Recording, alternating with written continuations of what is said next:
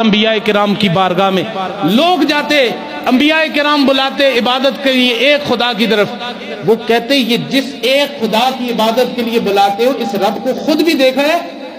ہمیں جو کہہ رہے ہو موسیٰ، ہمیں جو کہہ رہے ہو عیسیٰ، ہمیں جو کہہ رہے ہو سلیمان، ایک خدا کی طرف آؤ اس کی عبادت کرو، یہ بتاؤ اس خدا کو دیکھا ہے کہ نہیں دیکھا؟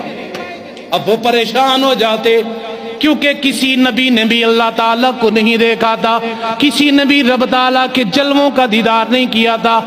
انبیاء کرام پھر کیا کرتے؟ کہتے آؤ ہم نے خدا کو تو نہیں دیکھا لیکن خدا کی بنائی ہوئی تمہیں تخلیقات دکھاتے ہیں۔ کوئی نبی کہتا فَلَا يَنظُرُونَ إِلَى الْإِبِلِ كَيْفَ خُلِقَتْ، او لوگو ہم نے اللہ کو تو نہیں دیکھا لیکن اللہ کا ایک شاہکار تمہیں دکھائیں، ذرا اونٹ کی طرف دیکھو کتنا بڑا اونٹ اللہ نے بنایا، یہ رب تعالیٰ کی حکمت کی نشانی۔ کوئی کہتا وَإِلَى السَّمَاءِ كَيْفَ رُفِعَتْ، کوئی کہتا لوگو ہم نے خدا کو تو نہیں دیکھا لیکن دیکھو اللہ تعالیٰ نے اتنا بڑا آسمان بغیر ستونوں کے بنایا، بغیر ستونوں کے بنایا۔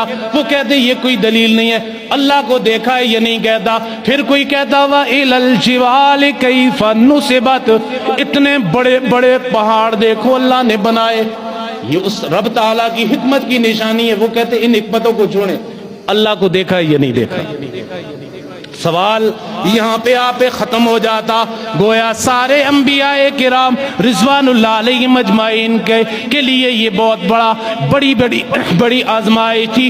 گویا انتظار ہو رہا تھا کسی ایسے نبی کا کہ جس نے جلوہ خداوندی کو دیکھا ہو، جس نے رب تعالیٰ کا دیدار کیا ہو، اور ان سارے انبیاء کرام کی تبلیغ کے لیے ایک ایسی دلیل کی ضرورت تھی، ایک ایسے نبی کی ضرورت تھی کہ جس نے رب تعالیٰ کو دیکھا ہو۔